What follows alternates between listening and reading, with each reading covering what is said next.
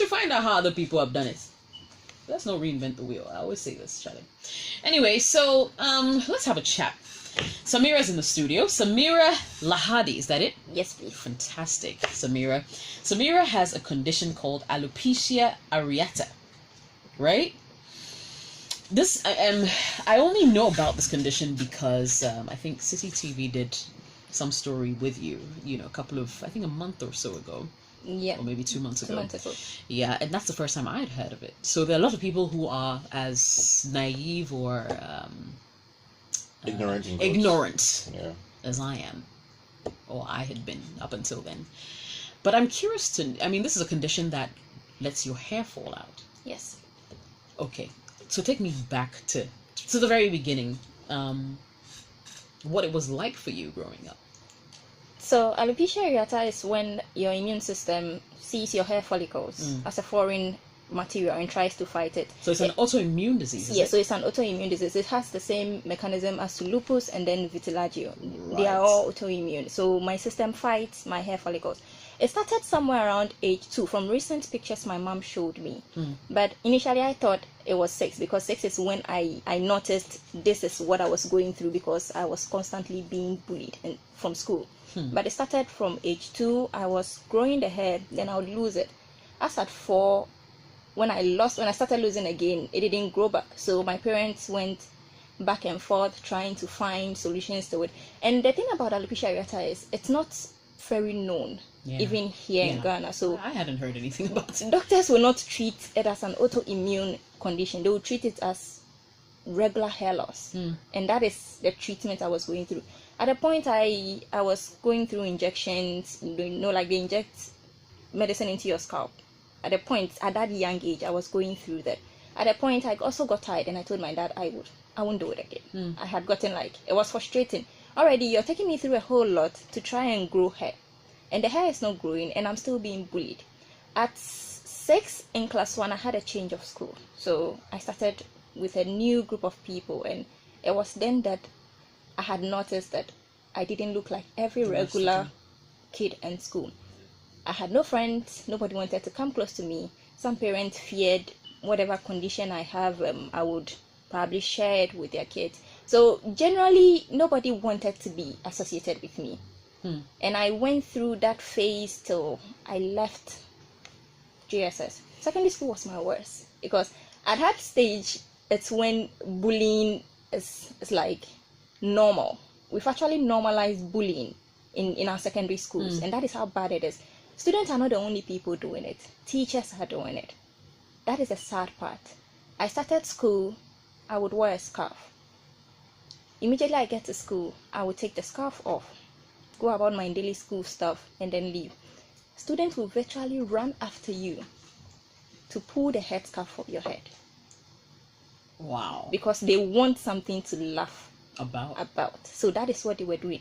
Form 1, my form mistress did Secret Santa. It was the first time I heard something like that, and I was very happy to participate in something like that. Only for me to realize that the person that picked my name had issues with it. They didn't want They didn't to be want to. Yes, they didn't. The person didn't want to pick my name, and it was done again. Nobody in the class wanted to pick my name. Wow. Nobody. That's interesting. I went through that for God knows how long till I left. I left school. And when I left school, the only solace I found back then was weave because I'd gotten tired. The whole bullying thing had gotten to me. At a point, I had social anxiety disorder. I didn't want to go into the midst of people because the fear of being judged, the fear of you pulling my scarf. Even now, when I was wearing weaves, I still had that fear of somebody just snatching my weave. Interesting. And it's all because of what I went through growing up. And we are in a system where parents don't listen. We are in a system where if you're bullied and you complain, you are most likely to be termed weak. People will just tell you it is kids being kids and not anybody doing anything about it. So you are even afraid to talk to somebody about it. The last thing you want to do is tell someone I am being bullied because you'll be told you're weak. It's just regular kids playing. But this is not regular kids playing. It would go a long way in affecting you psychologically. There are a whole lot of people living with alopecia areata and they are very uncomfortable stepping out. Do you know any? I know so many. Okay. I talk to so many in my inbox, and they would rather prefer to wear the weaves because already in Ghana here, the biggest religious group says, as a woman, your hair is your crown. Truthfully speaking, so what will some of us say? Because obviously my hair is not my crown. I don't have it. That's interesting. So my whole life growing up, it wasn't the best. It's one episode of my life that I try to forget. Truthfully, it's if I had my own way, I would just forget it because someone can tell you they're counting girls in school, you're not part. Wow. Someone said that to your face? Yes. They're counting girls. Because you didn't have hair? Because I didn't have hair. I didn't have school parents because, truthfully speaking, nobody wanted to associate with me. It's like I was some sort of plague that nobody really wanted to associate with. And those that try getting closer, you're going to end up having to explain to people. People would end up laughing at you because you even made an attempt to associate yourself with me. Wow. That must be a very hard thing to go through. It was tough. Growing up was really tough. It made me extremely feisty because that was the only mechanism I knew. Immediately you say something, I am hyper. I want to fight you. That is how I got to. So I was basically fighting everybody. That is, when I left school, the least thing you say triggers me. Wow. Because I had lived my whole life being teased, being bullied. Kids are doing it, grown-ups are doing it. At a point, I had that witch's feet on my head. Like, someone said that? Yeah, someone said witch's feet on my hair. Did you ever try to get some kind of, I don't know, religious interpretation or support along the line? Yes, my maternal family did. My mom is extremely religious, so she tried getting interpretations, and you hear things like they want to destroy your daughter, and they use the same as a woman, your hair is your crown. So if someone takes that from you, you become less of a human. It was that general back and forth. Even when I decided to let this go and be myself, my mom was against it. Because now you walk around without your weaves. And your mom didn't want you to do that. She didn't want it. It scared her because all she kept thinking about is, you went through that phase for your early part of your life and it didn't go so well. And it's now that you want to go back to that life. It would be tougher. But I also felt that I can't keep hiding who I am. It's no fault of mine that I lost my hair. And I can't keep being something I am not. I don't have hair. I will let people know I don't have hair. If you have a problem with it, please keep it to yourself. It's me, my body, and I'll do what I want to do with it. So I decided to let the weaves go, be who I am. I tried other things like scarfing, which really I didn't like. So I went to the head tattoos, which also created a lot of fuss. Okay, what do you mean you went to the head tattoos? So if you check people living with alopecia areata, one thing you will notice is most of them will want to wear head tattoos. Okay. For reasons being that the head tattoo will draw people to you. Immediately you wear a tattoo, it will draw people to you. People want to ask questions. Why? And you're able to educate them one way or the other. And it makes you comfortable. I remember the first day I wore a head tattoo was the very first day I was able to walk out of my house without a wig. It made me the head tattoos made me that strong. But we are in a very conservative country where tattoos itself is a problem because of people's religion, in quote. Right. So when I started wearing the tattoos, I got things like people presuming I am a lesbian. Others, a lady stopped. What's the tattoo got to do with being a lesbian? Okay, this is the first time hearing. Someone actually stopped me in the middle of the road. A group of people, they stopped me and they started preaching to me why I shouldn't go take this life and it's bad. And apparently they also thought I was a prostitute. Wow. I was denied into a taxi because the taxi driver thought I was a lesbian. So he chose not to pick me. I'm stumped. What's okay, how do the tattoos look like? So they're regular tattoos, but just on your scalp? Yes, they are henna tattoos, but it's just on henna. my scalp. Yeah. So they're temporary? They are temporary. I get to clean it because our corporate world don't allow you have things like that. Okay. So I get to clean it maybe on a Monday, then I go to work about. Interesting. And when you do these tattoos, they cover, so it creates the illusion that you have hair? No, it actually gives you that attention that she's bowed. That's what a tattoo does. And she's decided to tattoo it. That's all it does. It will just create the attention that, okay, she doesn't have hair. Before you see the whole, it's that catchy. Some people do like it because they felt it's also unique. They've not seen people with head tattoos before. But majority of people, basically religious fundamentalists, it's a problem. Wow. That must be a very... How old are you now, if you don't mind me asking? I am 29. 29, wow. So, I mean, for the majority of your life, you've been going through this constantly. And you've heard all sorts of theories. Yes. What was your family support like? You're telling me your mom was religious. You know, you have siblings? No, I don't have siblings. You're the only child? Yes. My family, I would say they are supportive because they saw me go through all the phase I went through. And I actually grew up with my dad. I think at a point, he also tried things like the part of the hair that grows, he would want to style it and use it to cover the parts that don't grow. So he also did his part. So I wouldn't have to go through what I was going through. But whatever you do, you can't hide this. We are in a country where you can't keep a hair in school. One way or the other, you have to cut it. And when you cut it, people would know.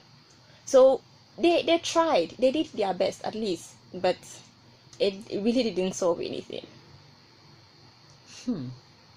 What about friends? And you tell me that you know, a lot of the kids in school didn't want to associate with you. Did you have any meaningful friendships? No, I actually started having friends after I left school. So when I left school and I started wearing the weaves and I went to uni, it was then that a few, like 3 people, tried to make contact with me. Some people are able to apologize for how they treated you, but the majority of them, they won't. So now, when they do things like old school reunions, you would never see me there because, truthfully speaking, I don't have friends there. The friends I have are people from uni. So when I talk about classmates, I talk about classmates from university and not primary and GSS or secondary school. Wow. I really don't consider them as part of my journey. Don't you think, though, that a lot of people also treated you the way they did, more out of ignorance and probably even curiosity? You know, because, like, what people don't understand, usually they either ridicule or hate, kind of thing. Has it ever crossed your mind? It did at a point that maybe that was it. But trust me, when I decided to let this go, I realized that no matter what you do, or no matter how you try to educate people, some people still want to remain where they are. No matter how you tell them that this is it's an autoimmune condition, especially people that want to sell creams to you. If you tell them, oh wait, hold up, let's talk about the cream people. You've had people like trying to sell you stuff to let your hair grow? Yes. And they insist that they are... And they insist. And no matter how you tell them that this is autoimmune, if it has to work, means I need something drastically has to change with my immune system. Before, if I use the product, it would work. They will still not listen. They are not interested. They just want to sell a cream to you. That's all. That's all they must care. Be very difficult as well. Like, and it is frustrating. It's like you're pouring water into a basket. No matter what you do, some people have made up their mind that they will not understand. There's someone that told me that this is not from God. No matter how I tried to explain to the person told me this is not from God. I should fast and pray about it. Wow, that's just ignorance speaking. Wow. So is the condition only for the hair on your head? So alopecia has 3 types. There's alopecia areata, the one I have. Then there's alopecia totalis, where you would lose the entire hair on your head. Then there's alopecia universalis, where you don't have any body hair at all. So I have the ophiosis kind of alopecia areata, which will send you to totalis, which is losing everything on your hair. It starts as a ring. So if you look carefully from this part of my head down, it's gone. And it keeps going. That is how the type I have works. Okay, so currently, are you shaving it so it seems uniform? Currently, I am shaving the part that grows because I also didn't help with the situation. At a point where I was supposed to have accepted the condition, I did not, and I was braiding the part that grows. Right. So it made it worse for me.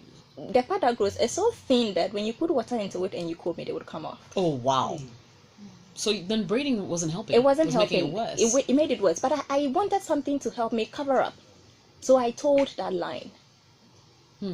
Until I decided that enough. I'm going to... My last doctor's appointment, they actually suggested that I should stop the braiding and try at least. They wanted to try and halt the hair loss process for me. So they told me to let the rest of the hair go, not put so much pressure on it, whilst they also try to halt the process.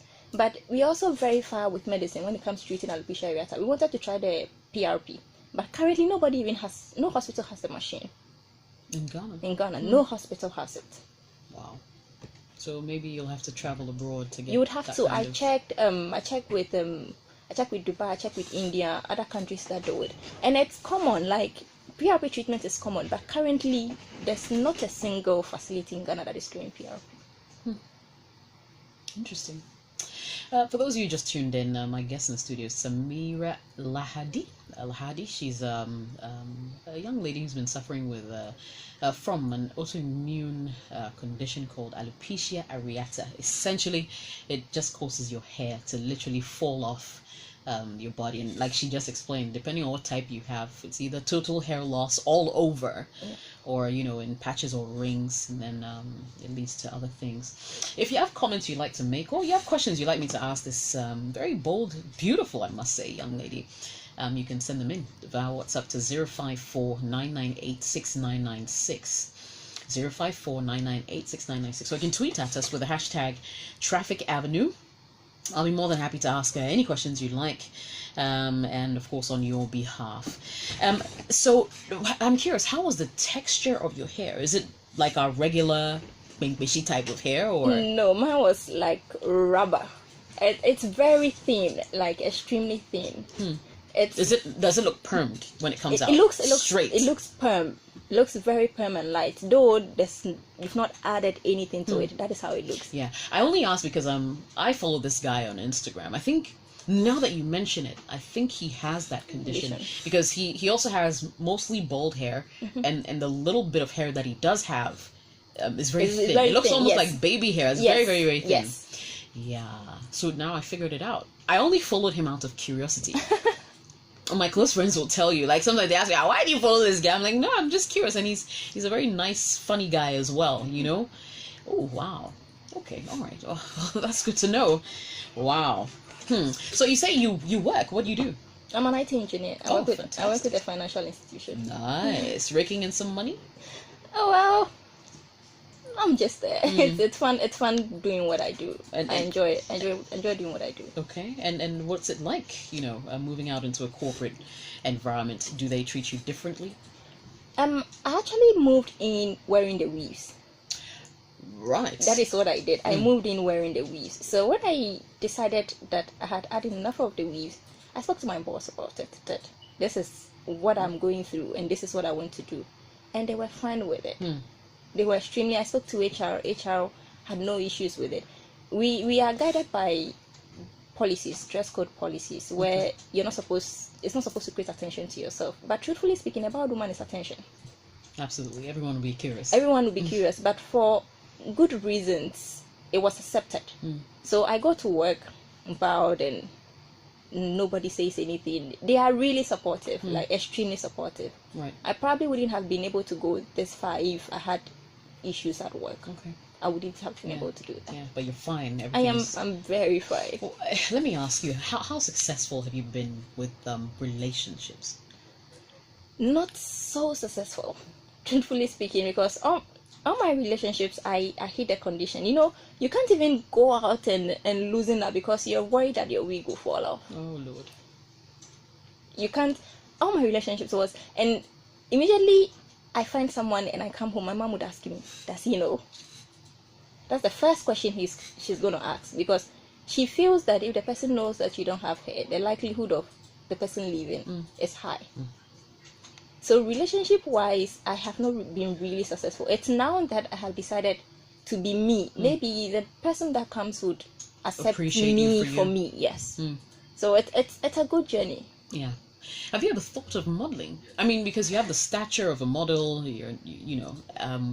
and they have such crazy expressions, so to Yes. speak, when it comes to hair. And I didn't want to consider modeling because, for some very strange reason, the fashion industry, they are the only ones that can be extreme when it comes to look. Regular people can't be that extreme with look. I wanted to create that impression that you don't need if you have an extreme look, you don't need to be a model. You can have an extreme look and be a regular human. I get it. And people should accept that this is you.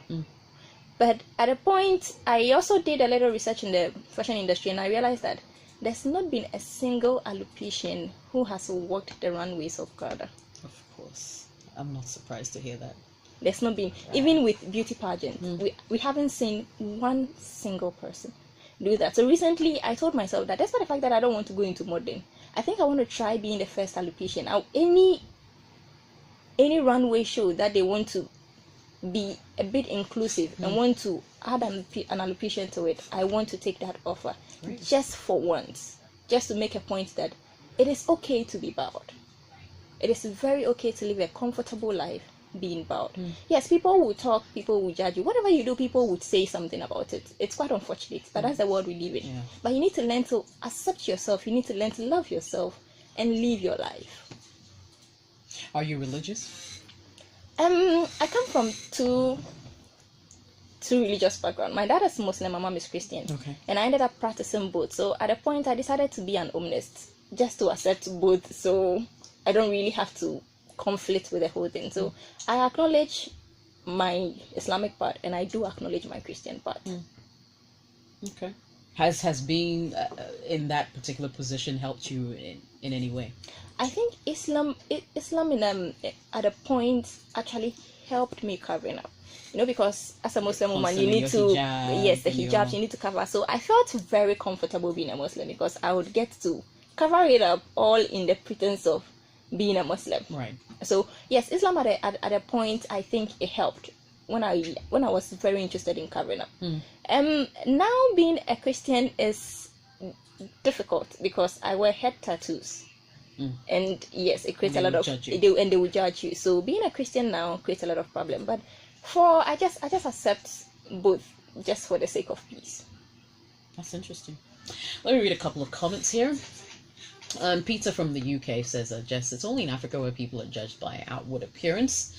Not here in the UK. In fact, we don't even use the word cripple or blind, rather physically challenged. I wish Samira all the best. And Nakwame says, Jess, I know 2 guys in Ganas who were my seniors with the same issue, but they didn't suffer the kind of stigma your guest is talking about. It's rather made them popular in school. For men, for men, because men can do the whole bald thing and get away with it. It's very easy. Easier. Which is quite terrible if you think about it. Yeah. How we automatically put hair for women and guys can go bald, guys can go bare chested and all that. One says, ask your guests, Jessica, ask her how she keeps her hair currently. Oh, well, we should take a picture so you see. She's not even trying. Let me just say, she's not even trying. She's shaved everything off. So, says, she said no one wants to associate with her. Is she dating? Are you dating at the moment? It's complicated. It's complicated. She's in one of those complicated relationships. All right. One says, Jess, my sister has alopecia universalis. She doesn't say it, but I'm sure she's been through a lot. She's a strong, happy-go-lucky woman. Her resolution for 2019 is to go without a wig. How can she get in touch with your guest for support? We can make her number available. Yes. Okay. Well, we'll send you her number via WhatsApp after the show. One says, please ask her if she's on any social media. Are you? Yes, I'm on Facebook with the name Lahadi Samira, same as Instagram. And then I started a YouTube live channel recently. Oh, nice. Yes, Bald Melanin. I think when I What's it called? Bald Melanin. Bald Melanin. When I wanted to let myself go, I actually saw people who encouraged me because they documented the process for them. So I saw their doctor's appointment, I saw what they do for self-care, and I was like, I was especially the first person that came out with a condition. So let me try and document my process as well. It may inspire someone. Right, absolutely. And make it easy for you if you have the condition, you're going through that journey. So I started a YouTube channel just this weekend with the name Bald Melanin. I'm happy to hear that. That's great because by sharing your story, you're actually helping other people. Yes. And also saving them from a lot of heartache and trouble and religious people taking advantage of them. No, I agree. Yeah, it's one thing I was also curious about. Community is strength. Community is power. And you have the opportunity. You have stepped out you're strong enough to speak about it. And you said you considered modeling. I would say yes, modeling, because one, they're not really aware of this condition. But as a model, if you're able to fight through, you have a stronger voice because you become a personality that people will start respecting, which means that when you say something or when you educate people and you fight for the other people who are hiding, it will be a stronger cause. Well, if I find any modeling place that would want to take me on, I think I would give it a try. Yeah, why not? What's the worst that can happen? Sometimes you just need people, people who believe in, you don't need an agency to start something with you. You can have your own. Yeah. So yeah, and let me so spell your name for people. So that's Lahadi. Lahadi. Yes. Samira, Samira. Yes. Right. So if you want to find her on social media, go check her out. One says, is she the one I saw at is it Ethereum Mission on 31st Yes. December? Okay. Yes. What were you doing there? I actually chatted with them. Ethereum Mission actually made me coming out very easy because they gave me a tool called soul processing. One thing I realized was, from what I went through, I was totally broken.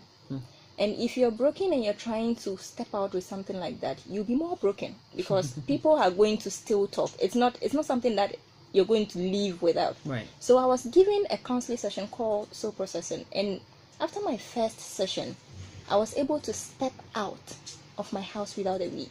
That is how powerful what they did for me worked. Right. And I am still opening that up to people with alopecia areata. If you want to be able to live a full life, let people know that you have alopecia areata, you can contact me. I would go through the same process. I'll talk to them if they want to do the soul processing with you, so you can also be comfortable living with it. That's great. Supporting other people. One says, I'm Nate from Tema. It's very challenging in our country. I also have vitiligo challenges, and it's been very difficult, but I'm also bold and go anywhere my responsibility takes me. Accept yourself, lady, and be open-minded. Adobia from Asylum Down says, hello, Jess. Has your guest tried herbal medicine? Herbs do cure a lot of things. Perhaps she should check her diet as well. It's autoimmune, Adobia. It's autoimmune. That's like your body fighting itself. Seeing certain aspects of your body as foreign and fighting it. You should probably read about that. This one here says, Jess, ask if she has a boyfriend, and if yes, at what age? Well, she's already addressed that she's in a relationship that's complicated. I would just leave it at that. One says she's pretty, very pretty. Ask her to please try modeling. Just saw her YouTube posts, so you see we're getting you some followers There's already. power in there. One says, Jess, I'm so sorry. I really like women with long hair, but I felt sorry about her the last time I watched her on TV. I just changed my mind. That's from Amos as well. And one says, Jess and Kay, I just followed her on IG. She's so beautiful, from Rafiki and Tamale. And it's true. Like, I'm not even just, like I said, first time I saw her was on City TV. Farida Shaibu did a story with her. Yeah. And I thought, she looks amazing. Like, that's what I just kept saying to myself. Yeah. And it's interesting that someone like her can be made to feel so maybe inferior or less whatever to other people, But I don't know if you actually believe it. I believe it. Yeah. Now I do. No, serious. Amazing. So yeah, guys, go check her out, definitely. And would you want to drop a number they can contact you on, people who need help, or should we just actually I think we should just give it person. So if there are people who want to be put in touch with Samira, we will just send us a message requesting, and then we will make her number available to you so you can have a chat. But thank you so much for sharing your story. It's empowering. Thanks for having me. And please take that YouTube page seriously. You would be helping lots of people. I will. You will. So once again, thank you for your time. Thanks for having me. All right.